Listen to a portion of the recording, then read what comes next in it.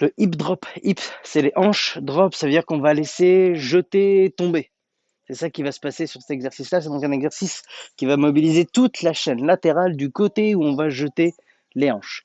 Là, tu vois pas mon point d'attache parce que c'est sur une barre qui est perpendiculaire un petit peu à la caméra, mais grosso modo, elle est alignée avec ce petit poteau en bambou là.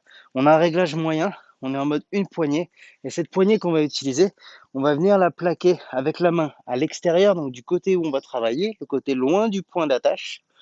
On va venir plaquer main extérieure sur la tête. Éventuellement, sangle, si la poignée ça fait un petit peu mal, tu peux te faire avec la sangle, il n'y a pas de problème. L'autre va venir par-dessus pour plaquer tout ça sur la tête. On va venir ouvrir les coudes au maximum, sortir la poitrine. Ce qu'on veut, c'est vraiment un mouvement qui va être totalement de profil et où on ne va pas tourner avec le buste.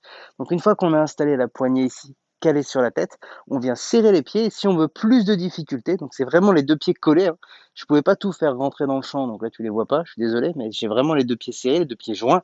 Si je veux plus de difficulté, je rapproche mes deux pieds du point d'attache. Donc je suis beaucoup plus incliné, mais je suis droit.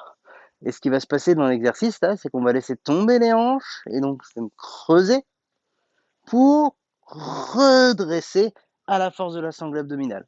Donc, on laisse tomber les hanches, et on redresse à la force de la sangle abdominale. On laisse tomber les hanches, et on redresse à la force de la sangle abdominale. Le petit piège sur cet exercice-là, c'est que souvent, ce coude-là qui est à l'extérieur, il aura tendance à rentrer un petit peu, et on aura tendance à tourner, parce que ça donne un petit peu plus de force, mais on n'est plus dans l'axe. Donc, il faut vraiment faire attention à garder les deux coudes ouverts, pour que ça reste un exercice qui mobilise principalement le centre du corps. Il y aura un petit effort du dos aussi, c'est normal, mais c'est surtout sur le centre du corps que ça doit se passer. Ça doit tirer à la descente et la même zone doit se contracter à la montée.